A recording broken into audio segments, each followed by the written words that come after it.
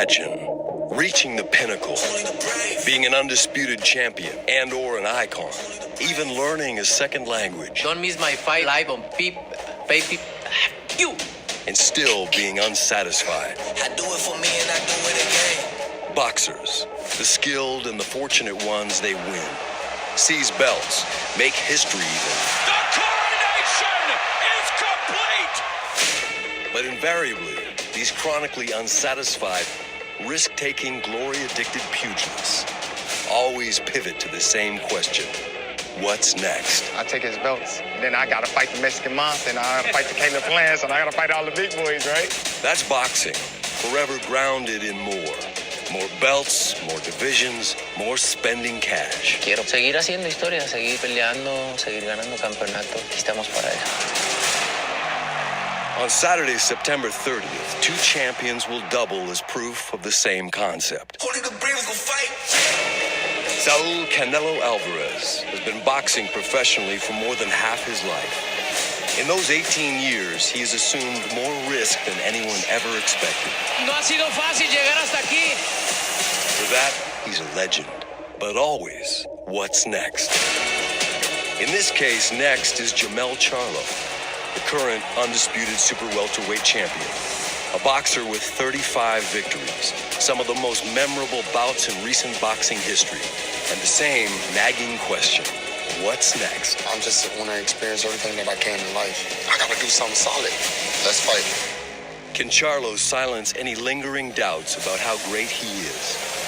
Can Alvarez burnish a legacy that already gleams? You're gonna see one of the best fights in boxing history. Either way, the unrelinquishing hunger that drives these champions means the boxing world gets more. El 30 de septiembre vamos a ganar y seguir haciendo historia.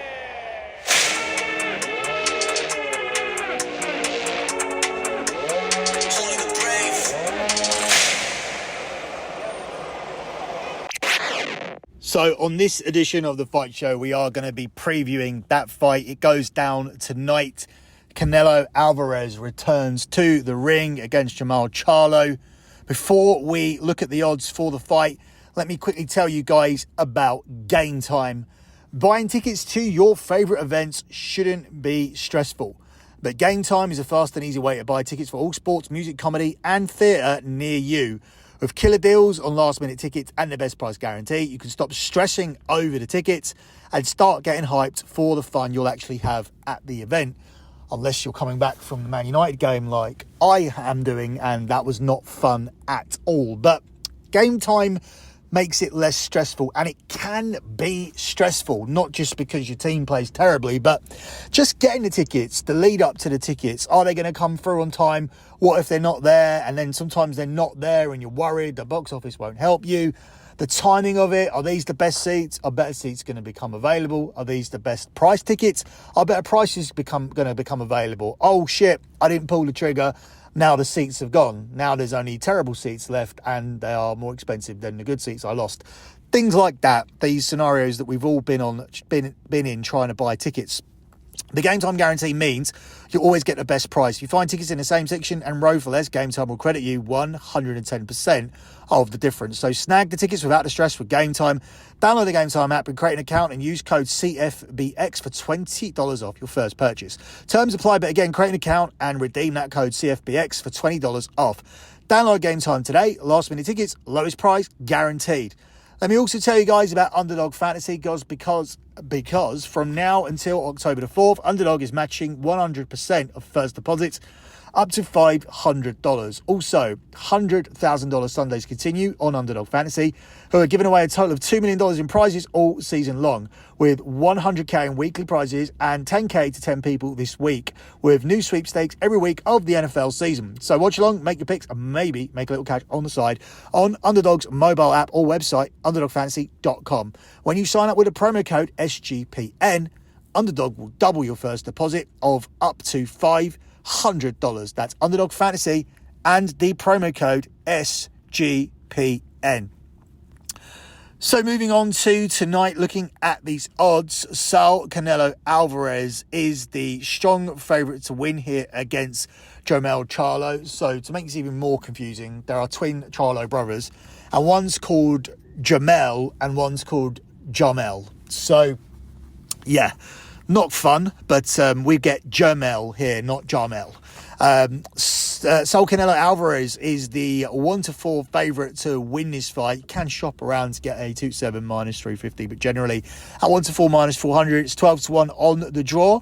And Jermell Charlo here is available at 7-2 plus 350.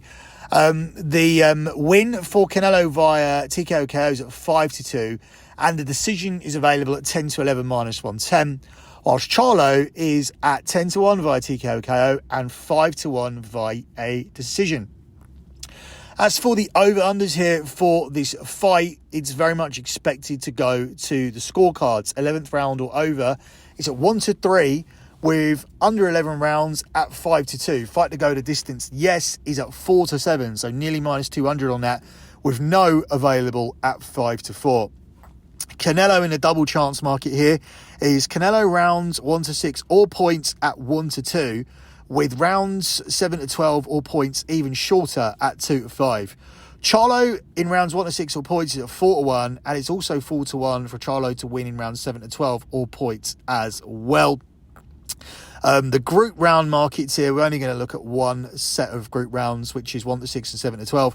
Canelo in 1-6 is at 8-1. Canelo in 7-12 is at 4-1. Charlo in 1-6 is at 25-1, so no one's expecting that. And Charlo in rounds 7-12 is available at 16-1. So how do I think this one is going to play out? There are concerns relating to both fighters. For Canelo, the main concern has to be, are his best years behind him? His last three performances have been questionable. We don't know what sort of version of Triple G he really beat, because Triple H, too used to covering wrestling, Triple G looked real old, real fast, and a shell of himself in that fight. And we can't just discredit what Canelo did. Perhaps Canelo made him look that way. But my takeaway from that fight was that Triple G did not look like the old version of Triple G. 100% he wasn't the old version of Triple G. Of course, we know that he lost to Bivol, and we are certainly taking the long route around to that rematch, which I don't think it should happen. I don't think that's a winnable fight for Canelo.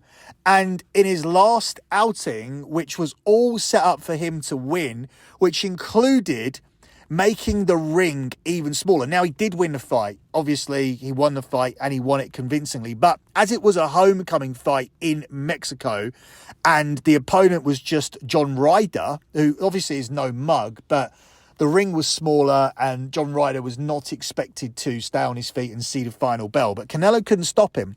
He ended up getting a unanimous decision victory instead. So he hasn't really looked impressive since he knocked out Caleb Plant. And that was on the 6th of November, 2021. We are almost 2 years away from that here at this point. So there are question marks over Canelo. As for Charlo, the main concern for his backers will be, is his ability to maintain his stick and move tactics with extra weight on him, as he is moving up 2 weight classes here for the first time.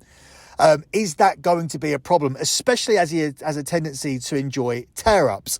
And if you get into a tear-up with Canelo, you are going to come out on the wrong end of it, providing this is still a prime version of Canelo, or at least close to his prime. If he's as far away from his prime as it looked like Triple G was when he last fought Canelo, then Canelo is coming to the end of his career, and suddenly dogs are barking, and suddenly that that rematch with Bivol doesn't just look like a bad decision, it looks like a suicidal decision. I don't think he can win anyway. I don't think any version of Canelo can beat Bivol, and I think that's a very, very bad decision if he does continue to pursue that. At some point here for Charlo, he will either slow down or he will succumb to his fighting instincts in an attempt to earn the respect of Canelo. That's one take I have here going into the fight. And he'll be in his element here. Perfect weight, perfect situation for him. Once close up, Canelo will be able to unleash the heavy hooks, and I think he's fancied to come out on top in those exchanges. And if he can do that, the judges will be more than happy to give him the rounds. We know there's always going to be that element here to this fight in terms of the judges scoring favourably towards Canelo, who's pretty much the A side for every single fight that he has, apart from when he fought Floyd Mayweather. So I don't think there is any way that Charlo can win a close fight. I don't think he can win a close decision. When Dimitri Bivol beat Canelo, Canelo was beaten very convincingly, and there would have been a riot, I think. There would have been a criminal investigation had Dimitri Bivol not won that fight. So Canelo has questions surrounding his previous wrist injury, and it's not clear from the Ryder fight if he can still throw that hand with the same power, which kind of plays into the direction that I want to take when we're looking at a play here for this fight, which we'll talk about later. Charlo has his hand fracture issues as well, and he hasn't actually fought for a while. He hasn't fought for nearly 2 years himself. And we haven't seen Charlo's recovery tested in the ring at all against some kind of make-way opponent. No tomato can opponent. No easy way back. He's gone straight for the big guns here, and he's gone for the biggest fish in the pond here with Canelo. Now, I understand Canelo is aging, and I would agree that he is seemingly on a downward slope of what has been a great Hall of Fame career. But there have been signs there that Charlo could be a live dog. We've seen signs in the fight against Golovkin, and we've seen signs in a fight against Ryder. But Charlo is the same age, and what we've seen from him over the same period has been nothing special that really makes me want to pick him here as an underdog winner. And I'm dying to fade Canelo. I do think he's getting to the wrong end of his career. There will be opportunities to cash on underdogs, but I'm not sure tonight is the night. One thing you'll notice about Charlo is that his volume and his work rate isn't as high as people who have given Canelo problems in the past. Now, Canelo has often bailed himself out, although it's unlikely the judges would score against him anyway. But in close fights where it at least appears that it's a close fight, according to how television commentators and whatnot have judged fights, Canelo's managed to find a lot of late finishes in his career. As for Charlo, he's done the same. Charlo is not a fighter who's been in there and dominates on the scorecards and is somebody who can pile up rounds and put that pressure on Canelo. He's also been able to find exits away from fights. He's also been able to find stoppages that have got him away from potential losses. So both of these two fighters have had similar routes to victory, and therefore there is no huge advantage here for Charlo that I can distinguish. A savvy bettor might want to put a small sprinkle on Charlo here.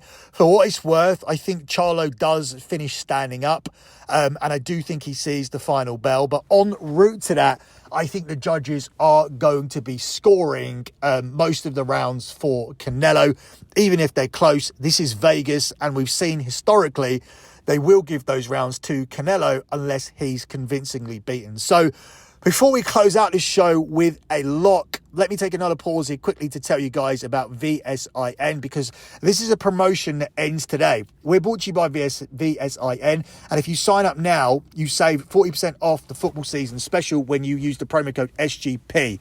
VSIN.com/subscribe and the promo code SGP.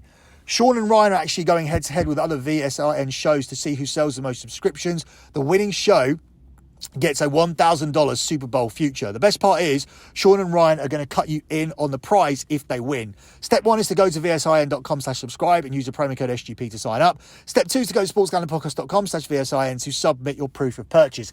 If they win, you'll get to vote on what team they use for the $1,000 Super Bowl future, and if it hits, you'll get an equal piece of the action. And it would be very fun if you get them to root for the Dallas Cowboys. So go to vsin.com/subscribe, use your promo code SGP, then go to sportsgamblingpodcast.com/VSIN to submit. Finally, let me tell you guys here about Hall of Fame bets. Stop betting in the dark and join over 30,000 users researching with Hall of Fame bets to craft more intelligent, data-driven parlays. Download the Hall of Fame bets app or visit hofbets.com and use the code SGPN to get 50% off your first month today. Start researching, start winning with Hall of Fame bets.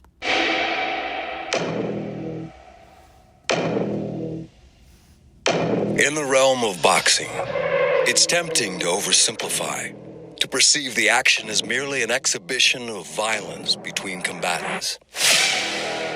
But do that and miss a profound truth about the sport. Boxers are carved from the inside out. Hence the largest fight, man versus self. When I found myself wanting more, I dig deeper into myself to go get more. It's deeper than boxing. Canelo Alvarez grew up in gyms, in front of cameras, his teenage years unfurling on a worldwide stage. Nevertheless, he surpassed all expectations he shouldered, despite wave after wave of life's corruptors. Fame, money, good looks. For Jermell, Charlo, the path was less straight but deeply personal. Born from those chips on both shoulders. To prove himself more than one half of twin sluggers. But a legitimate force all on his own. Me separating myself from my twin is beating Canelo. Come September 30th, the world will bear witness to two undisputed champions and their keep-it-moving evolutions, showcasing the depth of their patience, their doggedness, their staying power. Ain't nobody doing it like me. Both ultimately offering a poignant reminder that the power within a fist starts in an arm, which starts in the body, which starts somewhere deeper, subterranean, inner core, soul. Ya quiero que sea 30 de septiembre. En esta pelea van a ver. Soy el rey en el boxeo.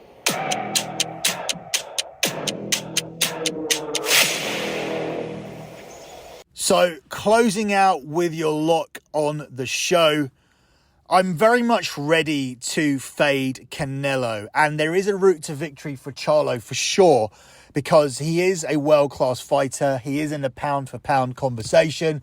But I don't think this is the right fight for him. And I do think it's the right fight for Canelo at this point of his career. It does allow him to pick up a win against an opponent who's in a good situation for Canelo. It's Charlo that's coming up to weight, and Canelo gets to comfortably box at his favoured weight without a fighter who produces a lot of problems in terms of volume and just outworking Canelo. So if Canelo can just land those powerful strikes in the rounds, he can catch the judges' eyes. I think this coasts into the second half of the fight, and your only concern here with this lock will be Canelo being able to find the finish, whilst Charlo chases the knockout because he realises he's behind on the scorecards, and thus we subsequently get a tear up. But I don't think that's going to be the case. I respect Charlo's abilities and have watched plenty of MMA fighters jump from 155 to 170 and have been successful in doing it. And I recognise that 14 pounds isn't some insurmountable barrier. I mean, I put that weight on alone, sitting at home eating during COVID, and lost it pretty quickly. So 14 pounds is nothing, especially not for a professional athlete. But I just don't see this being as major challenge for Canelo, even though he is reaching the back end of his career and is no longer at his peak. Size, pressure and durability are the key here, and it took Charlo more than 12 rounds to properly adjust to Brian Castano, and for me that is concerning if you are a fan or want to back Charlo, because whilst Castano has more punch output, Canelo makes up with that with less output but sheer physicality. On top of that, Charlo can't expect to hurt Canelo here the way he hurt Castano. He's not going to hurt Canelo really at any point in this fight. Canelo's not going to be in trouble. The only route to victory here for Charlo is on the scorecards. And even if he is in this fight, even if it's close, we know that this is Vegas and the judges are going to give the close rounds to Canelo. So I don't think he's going to be able to keep Canelo out of the pocket, nor meaningfully neuter his offense enough to get the judges' nod of approval on the cards. This is asking too much of Charlo, in my opinion, especially coming off injury and a 16-month layoff. Canelo is still able to bully his way to a big lead, especially in front of the eyes of the judges in Vegas. I keep saying it because it keeps happening. I think in the end, Canelo will coast to a comfortable decision. I think he'll legitimately win this fight. I think even for the TV commentators, we'll be seeing Canelo winning 7 or 8 of these rounds, and the judges may have it wider. So this is going to be a close fight at times, but ultimately a step too far for Charlo. Therefore, your lock here for this show is going to be to take Canelo Alvarez to win via a decision. It is the shortest price out of the method of victory markets, but it is also the most sensible. If things are looking a little bit dicey, you could take a hedge on Canelo to stop Charlo in rounds 10, 11 or 12. But I think we coast through the first half quite comfortably, and therefore I think this is the best play to take. So once again, your lock on the show is Canelo via a decision, and that's available at the price of 10 to 11 minus 110. That's it for me and this edition of The Fight Show. Good luck with all of your bets as always, guys, and thanks for listening.